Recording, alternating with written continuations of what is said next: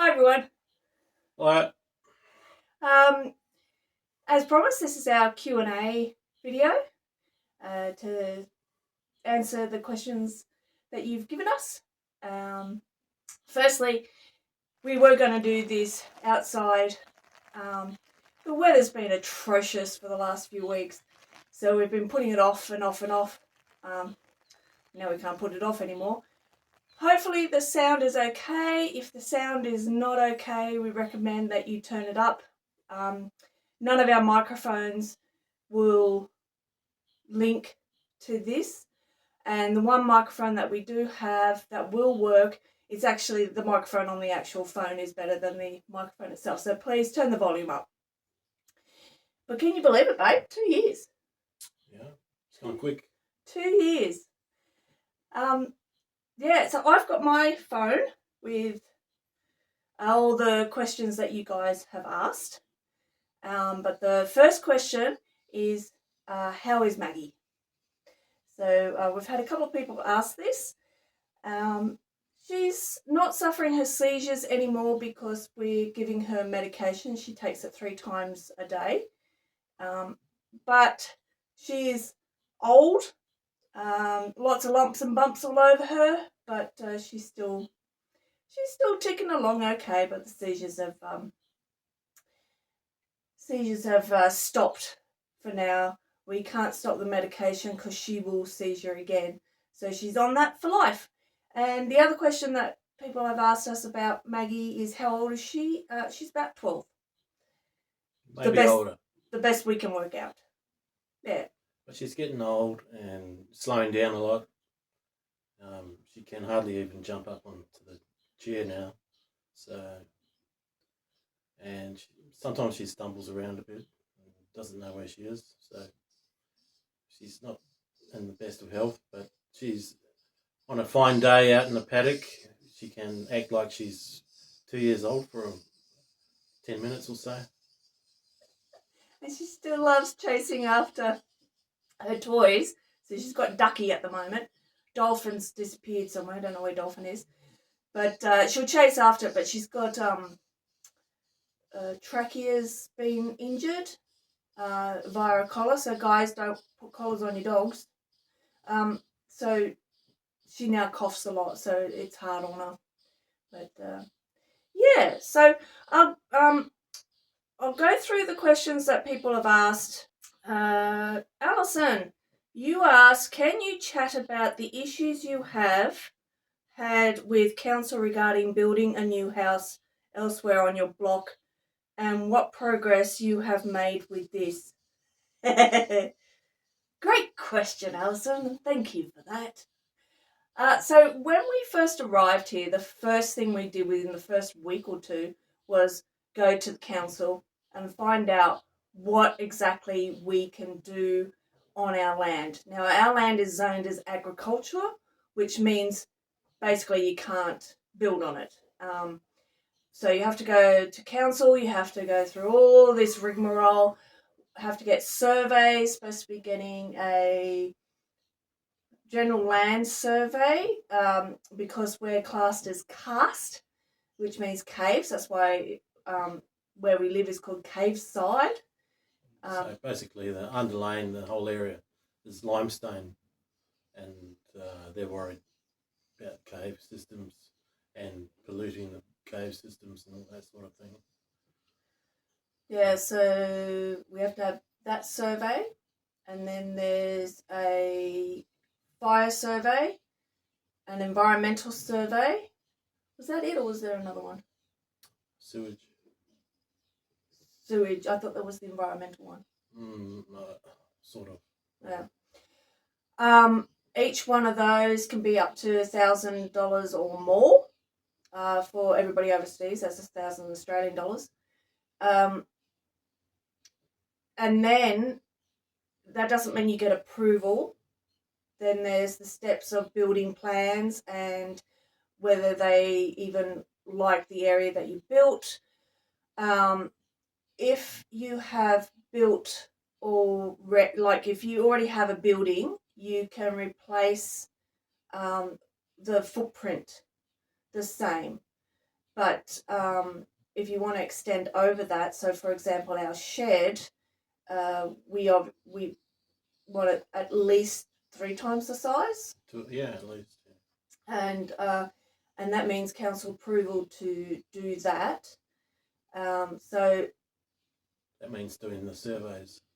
Yeah. But you've got to put a plan in, and then they might ask for other things, and then it's just creates the whole chain reaction. And you don't know where you're going to end up with it, and if you're going to be able to do what you want. So sometimes it feels like you might lose a lot of money, or you might get what you want. But yeah, and all very strict around here for the cave system. Yeah, and all the neighbours have been telling us how much it's been costing them just to do certain things on their property. And of course, we don't have the money to be able to do that. And we've been putting off the surveys for the last 2 years because it's just an outlay of thousands of dollars, and it could be up to 10,000 or more and before you even start building. Well, the answer could be no. And it could still be no. Yeah, so that doesn't mean we'll be. Yeah, so we've put it off, which leads to the main question that absolutely I think everybody has been asking, is are we going to build up the back or renovate this property, this house that we're in now, and how much money it will cost just to do the surveys, let alone how much it will cost to build. A few of you might have already guessed that no, at this point in time we're not. You've seen we've put the big tank up the back right where the house would have been. So no, this house, even though it is ugly and old, very old, and crooked. Yeah. It's dry. It's been here for a long time and hasn't blown down yet. So, and we've done up houses before. You would have seen on previous videos the house that we did up in Cairns. So we're not afraid of doing this up. It's just once again the time and the money at the moment. Our time is trying to get our business profitable, doing our market garden, getting that up and running and the foundations of that working, which will free up more time and be able to do this up. There are plans to do, we need a bigger, so the way it looks like what we'll do is we have to get the survey done for at least the shed. And then we've got somewhere to put stuff, because the house is chockers full of stuff, and I've got a room full of tools. Where we want to renovate that room, and we just can't do it. We can't leave everything out in the rain and everything. And hiring a container or something is just wasted. Well, it's not wasted money, but it would be, instead of putting that money into building the shed. So build the shed, clear up the room and space in this place, and then start renovating. And renovating will include redoing some of the footings and stripping rooms right down. So it'll be a big job, but a bit at a time. Yeah, so it'll be a long, slow process, but so we need to get the shed done first, shift everything out of the one of the rooms that will end up being the lounge room.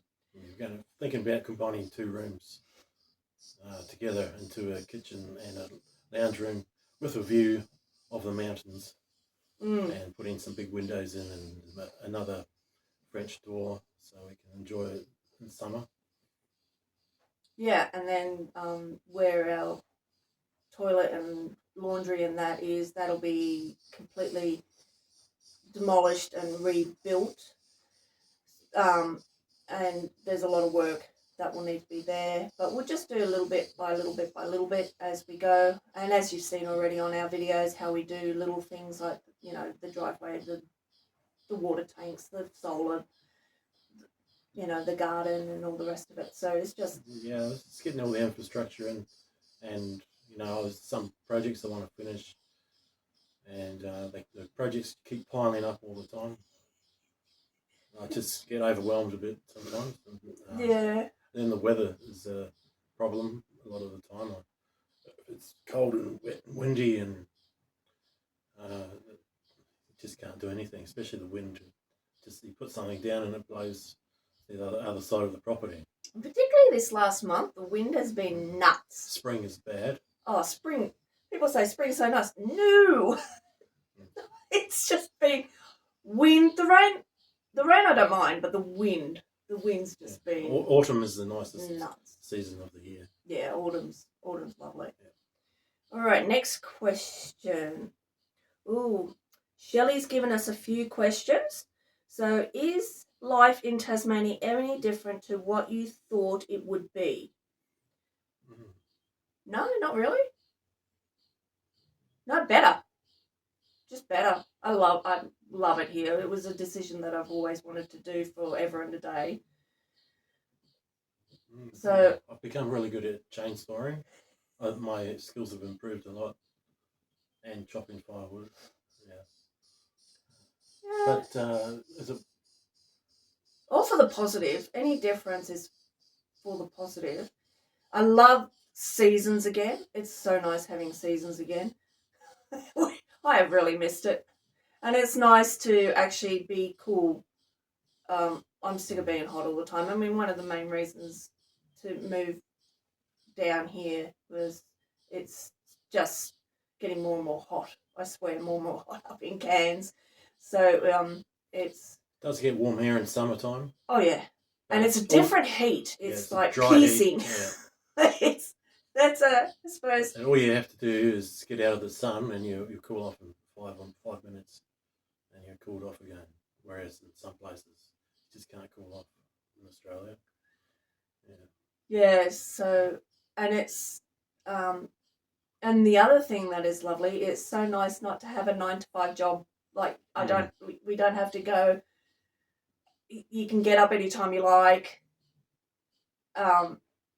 do what you need to do through the day, however you do. If the weather is bad, like today, the weather is shocking.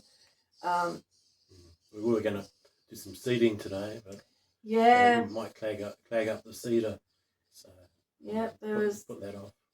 Plans to do things, and but no, it's fantastic. And if there's things you want to go off and do, you can go off and do it, and don't think about it. It's really lovely. So the next question that Shelley was asking was, what has been most challenging? The wind. I hate the wind.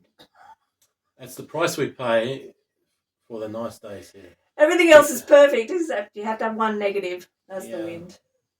We get a lot of wind, but that's the price we pay for the really beautiful days that we get here when it's not windy and mountains are there with snow on them, and you're doing what you want to do, and growing vegetables and stuff like that, and talking to the neighbours. Yeah, we've got lovely neighbours. Yeah. What is your greatest joy?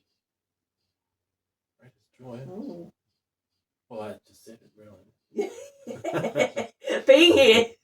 I think just, going out in the garden and getting some food and bringing it in and cooking it.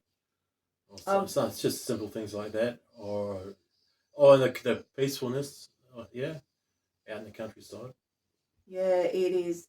It was funny because when we first arrived, the first night, deathly quiet and black.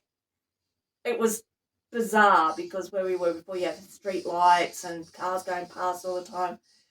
And we've got so used to it now. You have the best night's sleep. The air's so good.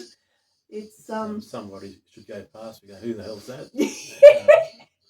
Actually, we get way more traffic here than we ever thought we would. We get a lot of tourists coming around, but during the day. And I suppose all the locals get curious about what we're doing because we're right on the road. Even though it is a country road, everybody can see exactly what we're doing.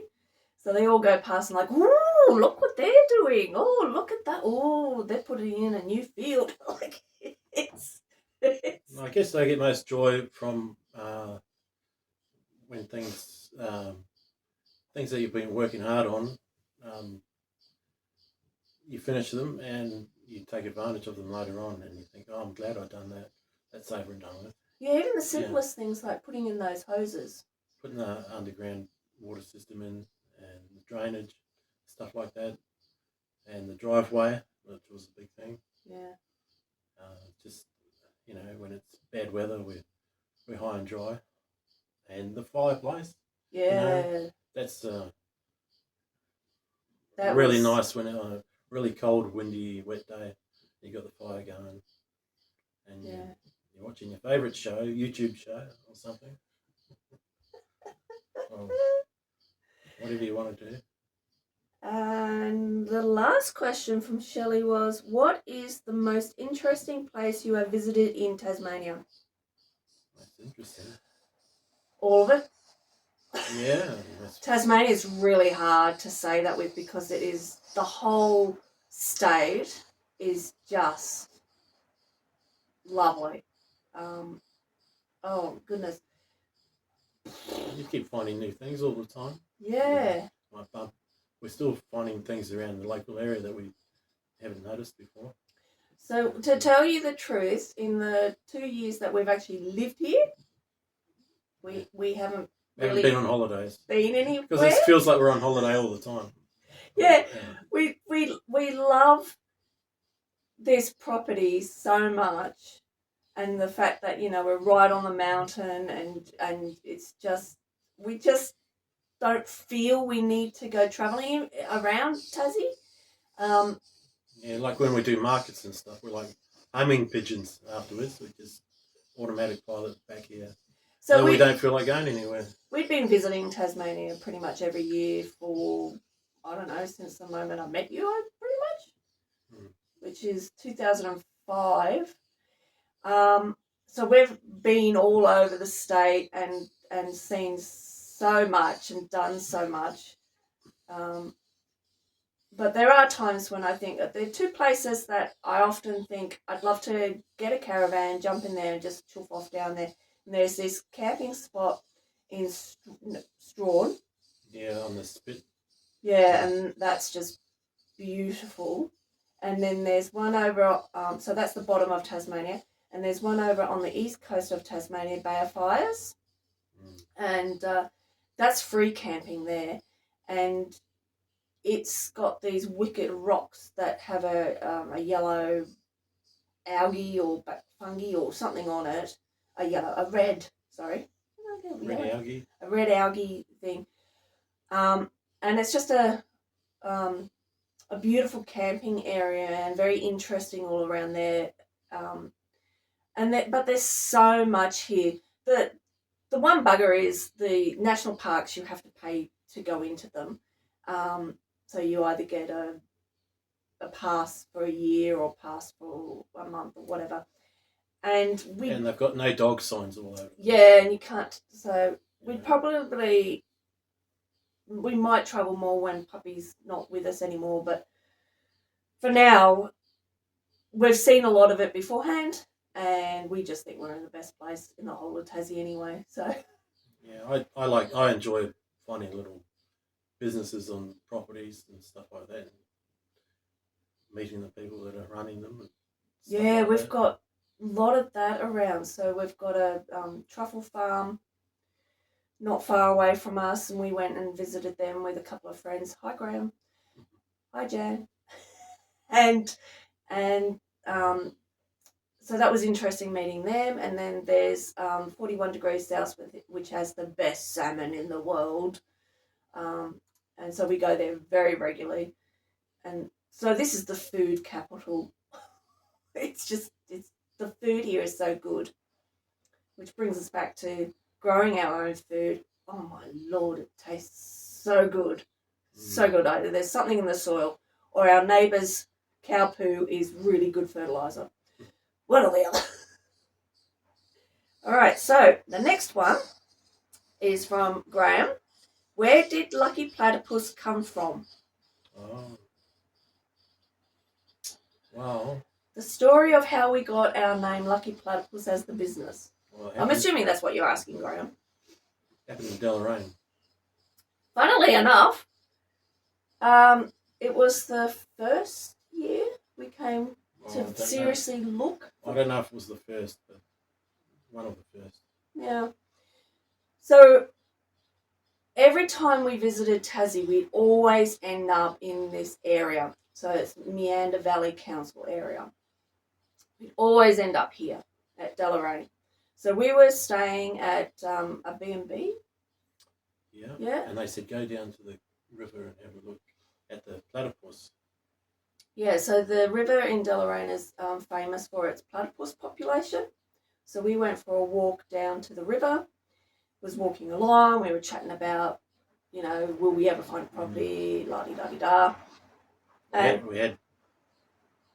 thought we might be buying a 5-acre property with a house on it. And was that it? Or yeah, that was it, wasn't it? The Chudley one? The Chudley one, yeah. I thought it was 10 acres. 5. Oh, 5, okay. We thought we were going to buy the 5-acre property. Well, we were in the running for it. And when we were walking down next to the river in Deloraine, we did see a platypus. And I said, if we get that property, we should call it Lucky Platypus.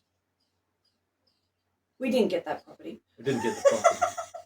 But we still kept the name. Well, we used it for the business, didn't we? Yeah, so what happened was our business was previously called Boom Creations, taking on part of the last name. And it didn't really sit really well. And went to register it, and somebody else had a very similar name, so they wouldn't allow it. So I said to James, what on earth are we going to call it? And he goes, Lucky Platypus. And I went, might as well use the name, because we couldn't use it for that property we wanted. So that's how our business ended up being Lucky Platypus. And it stuck, and it felt right, and we've used it ever since. And people remember it too. So, yeah, I think we might put it on the side of the house when I painted it. I'll laser a sign, put Lucky Platypus, and then it'll become a local institution. We often get called, oh, you're the platypus people. Yeah. Oh, yeah, we are. That's right. Also, being a wildlife keeper by trade, it's very fit having platypus as part of the name, because animals are incredibly important to me. So that's how that came about. Graham also asked another question. Did you learn your garden skills as you planted? And James, how did you learn your renovation path? Oh, goodness. Gardening skills, we did a tiny bit in Cairns. There's only so much room we had, and we had a big planter built, and I got in those those little tin ones and had them out. We were just getting really good at that before we sold too. So I do small little things that were suitable for the tropics, and winter is the gardening time up there. So you have tomatoes and capsicums and can't remember what else we have, bananas and mango, and what else do we have? We tried growing heaps of things, and we had lots of failures. Yeah, there was a tomato. We couldn't grow tomatoes. There was I think I got a pest from a fungus or something from one of the plants that I bought, put it into the ground, and it infested everything else. And after that, we could never grow tomatoes again. I kept trying. They kept growing to tomato stage, and then they would just die. Yeah. So it's just that we do a lot of research. So I know about just bunging things in the ground and attending to them, watering them and growing them. But on this scale that we're doing here, we watch a lot of market gardening YouTube videos. A lot. Most of them from America. Yeah. And England. And England, yeah. So we're really, I don't want to use chemicals. I don't want chemicals in the ground, but I also, the cost of it as well. So we were looking at finding ways to do this better. And also, we have such beautiful neighbours. They've just been such a big help, and it really helps having a dairy farm next door to us. And, we just say, can we have some of your poo? The first time we asked, so every 6 months we top up our poo pile. And the first time we asked, we only had like a bucket or two load. The next time it was like 4 buckets. The next time it was 6 truckloads or something. Yeah, it was 6 truckloads. He said, "Do you want another one?" Yeah.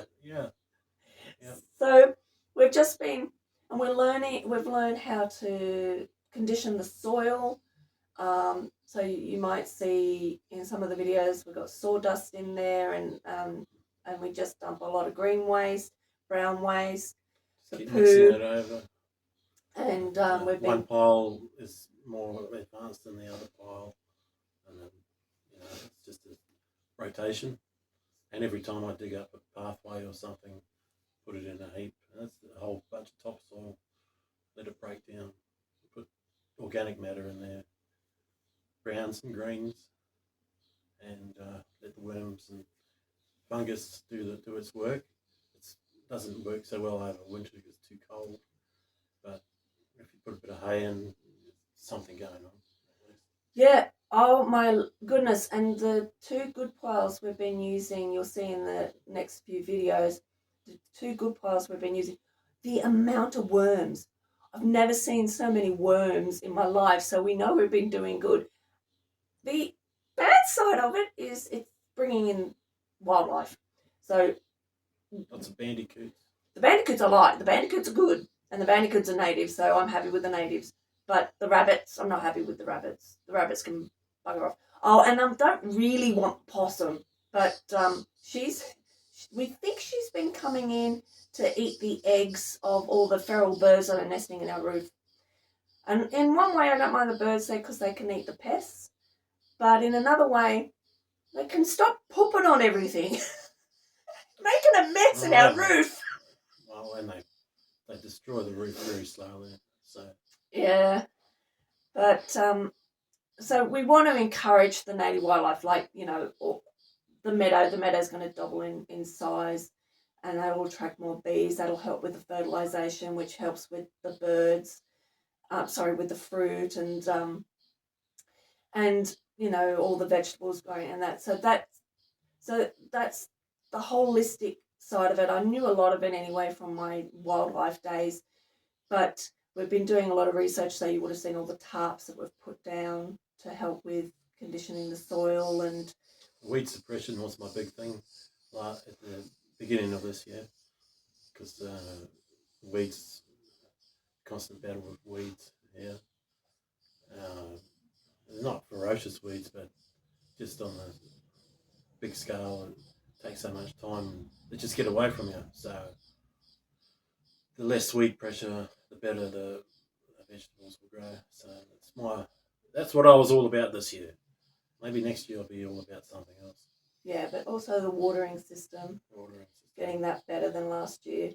And each year we hope it'll get better and better. But yes, there's been a lot of research and a lot of trying to get it to be as natural as possible, no chemicals, making it just work really efficiently, and keep down the workload, because we've still got the business side to make products. So I'm still doing my crocheting, making my jumpers and all the rest of that. I do that throughout the year.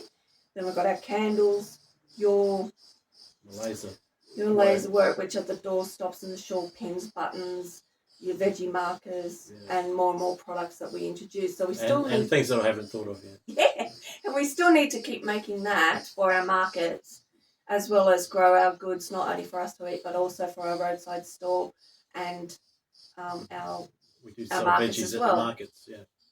So lots of YouTube videos is research, and apparently my father's father was a potato farmer, so I think I've got it in my DNA. Because I didn't know, I just instinctively planted the potatoes like that. I didn't really have a lot of research for that part of the growing, and yeah, it's just natural. I don't know if it was just my genes or whatever, but yeah, that part of it. Now, the other part, we must have watched hundreds of videos about. Yeah. Hundreds, literally hundreds of. So sometimes you get a lot of contradictory advice about doing things, and so you just end up somewhere in the middle, and you probably would have done that in the first place.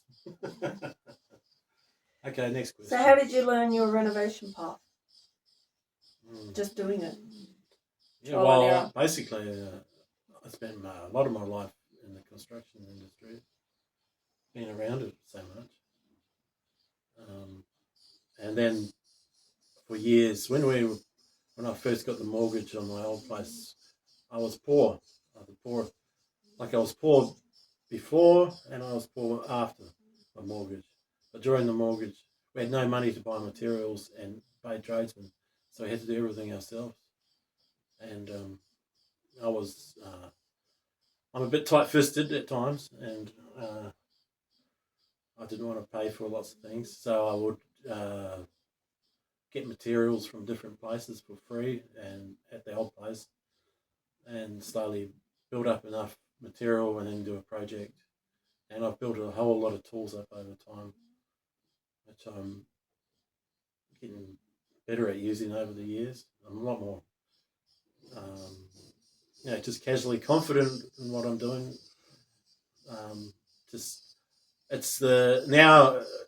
Earlier on, I was worried about doing things right, and I'm not so worried about making little mistakes now. I'm quite confident in what I'm doing. It's just that I have less energy as I get older, so that's the problem now.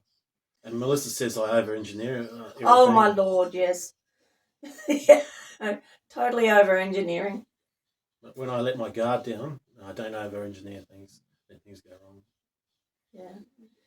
So it's just a lot of doing things and seeing if it works or not, and then learning for the next one. And if I don't know how to do something, YouTube again. And some people say YouTube can be dangerous. It can be. That's why you do multiple different. Yeah, YouTube's. Watch different people do different things. That's research overall. All right, so sorry, I have no idea what your name is because I can't read that. Really enjoy your interesting post. Just wondering if you are going to be building a new house or continuing to fix up the old house. We answered that one. I also love all the crocheting and planting of the fruits and veggies. Tasmania is such a beautiful place. Another question. Do you find the locals friendly to mainlanders? Absolutely. And very polite too. Oh, my goodness. I always comment on They're, just like anywhere else, there's bad eggs around, but generally, yeah.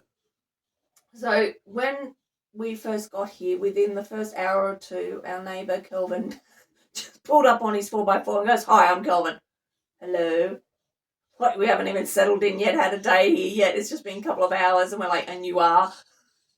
And then not 2 moments later, the neighbour across the other way came up and said, "Hi, I'm Tony," and we're like, "Hello," and you are. So they all came around and introduced themselves to us, and they were so friendly. Kelvin's been just the nicest, most friendliest person ever. We've had the first massive storm here. He's standing in the rain going, "Are you okay?" We're like, "We're fine." "Are you sure you've got everything?" We're like, "Absolutely, we're fine.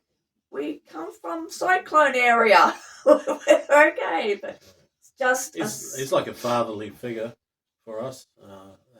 We call him Dad. So that's, so familiar. He knows everything about us now. And we know most things about him.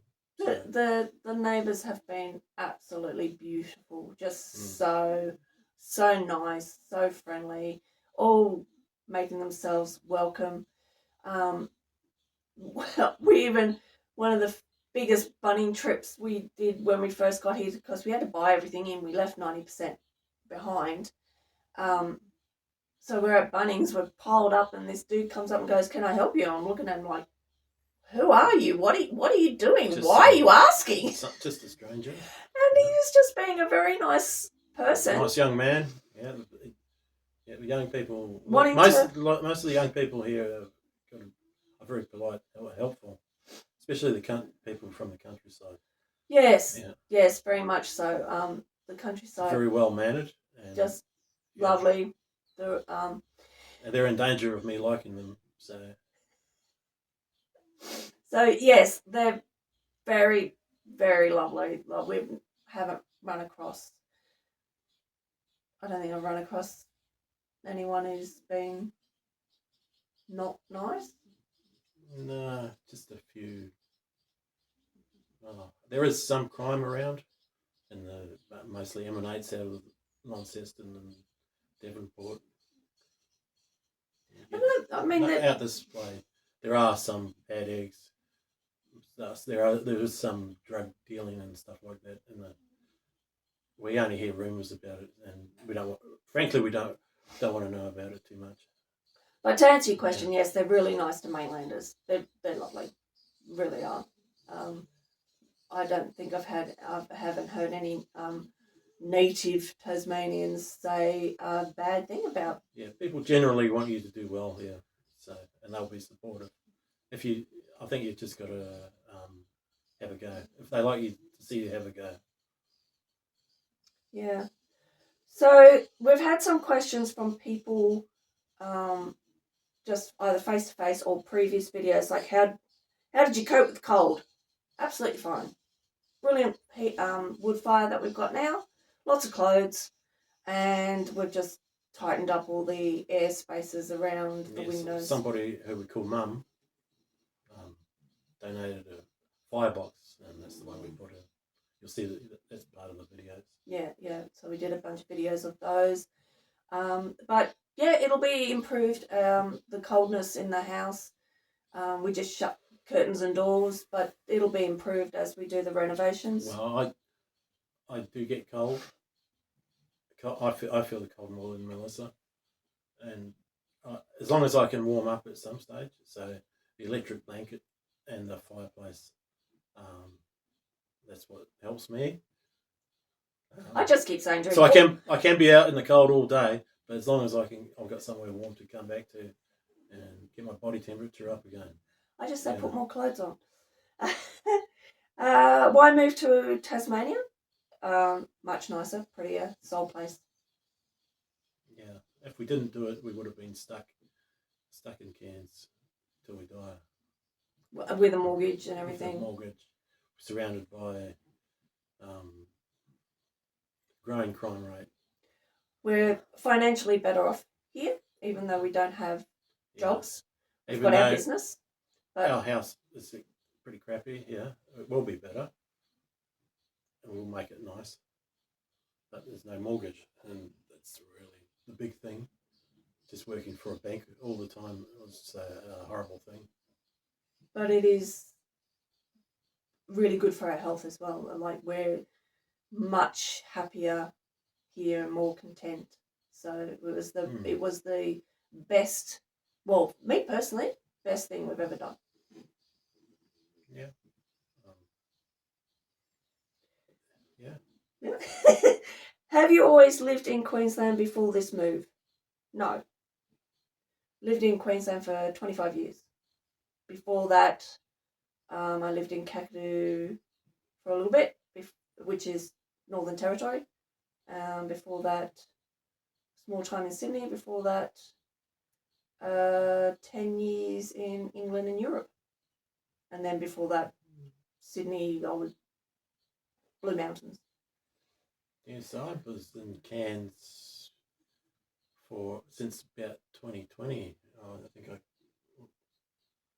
and I used to live there before that, even when I was a lot younger.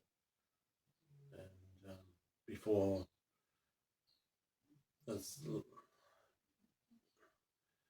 was in Cairns, I lived in South Africa for a short time, And before that, I lived in South Australia in Adelaide, and I studied there, and I did a diploma in geoscience and worked in the mineral exploration industry. And I thought I was pretty important until I wasn't, until the industry collapsed because of Marbo, and so then we were all out of work, and so you can think you're important doing some sort of important job, but next thing you know you're not important. Just be a well, what did I've done all sorts of work. I've been security guards, worked in construction, and there all sorts. So yeah, and originally I'm from New Zealand. How is the roadside store going?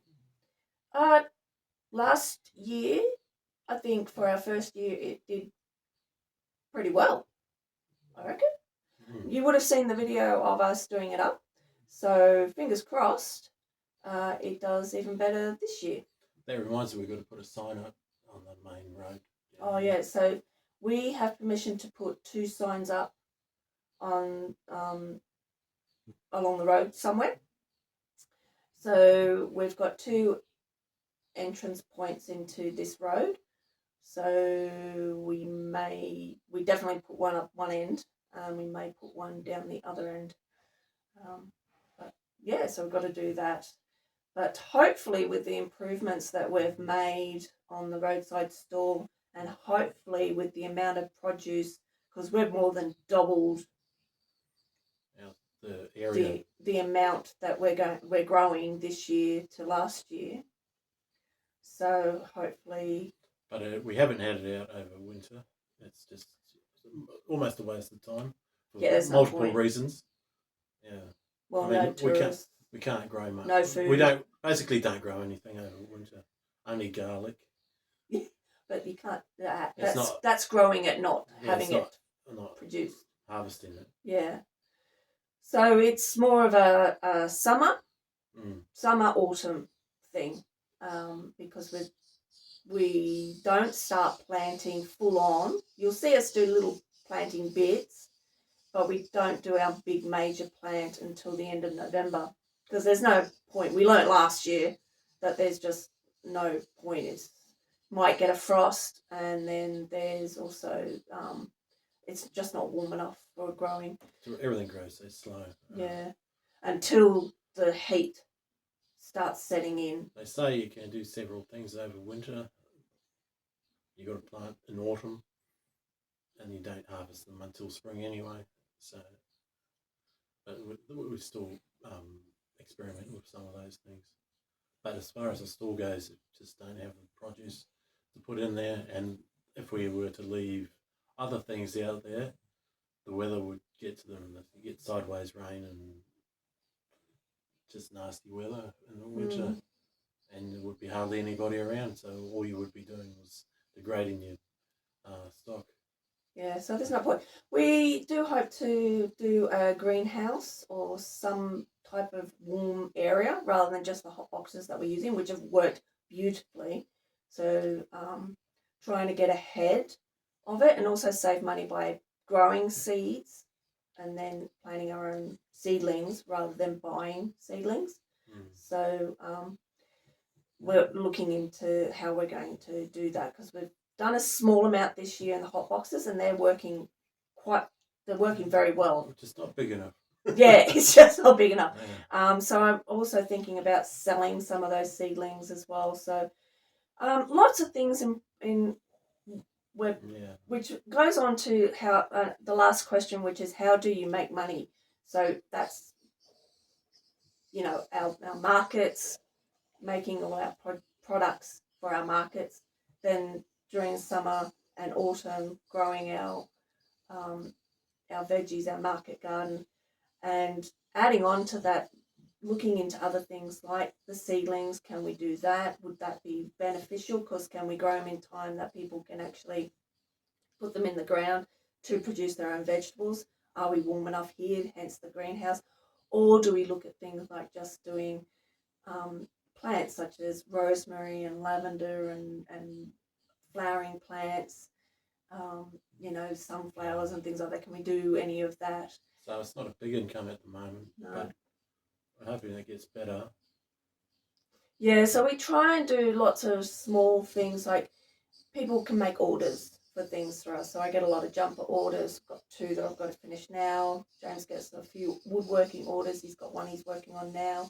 So we get those through. I have my crochet tutorial channel, Lucky Platypus. That's another YouTube channel. Get a small, tiny amount from YouTube. We were hoping that this channel would grow and we could make some money off this channel, but we're nowhere near it. We need at least 1,000 subscribers. We're just over 300. So exciting enough. So guys, if you can share us as much as possible, that would be fantastic. And go back and like every single video that there is, and make a comment on every single video. It's their algorithm, how it works. Like, it's not just the subscribers; it's everything else that people interacting with. It's hard. I've done everything from the back end that I know. I can do lots of research onto that, but there's nothing more I can do. So we rely on you guys to. So we're not making a lot of money, but we're not spending a lot of money either. Yeah. Only the things we're spending money on are things that are going to help us in the future. So, So we are spending more than we're earning, but we think that things are more equalising almost slowly. Maybe in the future I might get a part-time job or something like that. I hope not. I hope my part-time job is my business. So yeah. Well, if you made it this far, guys, thank you, and thank you so much for all the questions that you gave us. I hope it was useful and not too boring. Yeah. So 2 years, absolutely flown by. Can't believe it's 2 years. It doesn't feel like 2 years. The time goes quick. We lose track. Yeah, it's been absolutely brilliant. Really looking forward to what the future brings us here. It is the best place. Thank you, everyone who has followed us along with us on our journey. Asked all those questions. And you'll slowly see things improving. And just if I get a bit more active, things happen quicker. Let us know if you are in the vicinity. Drop us a message. I always have the details in the comments of where you can email us. Because we might have RV spots. Well, we have RV spots. We just have to have approval. So if you do want to drop by and say hi and stay, let us know. You do have to be fully self-contained. There is no toilet facilities for you. Sorry. They're just barely good enough for us. But do drop us a line. The next video is going to be something a little bit different. So let us know if that's something you like, and we might do more of that in the future. And then after that, we're back to our normal videos here on our property. So thank you, everyone, for following along and watching the whole of this video. If you made it to the end, thank you. And as we don't normally say, but like, subscribe, comment, share, and hopefully we'll see you in the next one. See you later. Bye, everyone. Cheerio.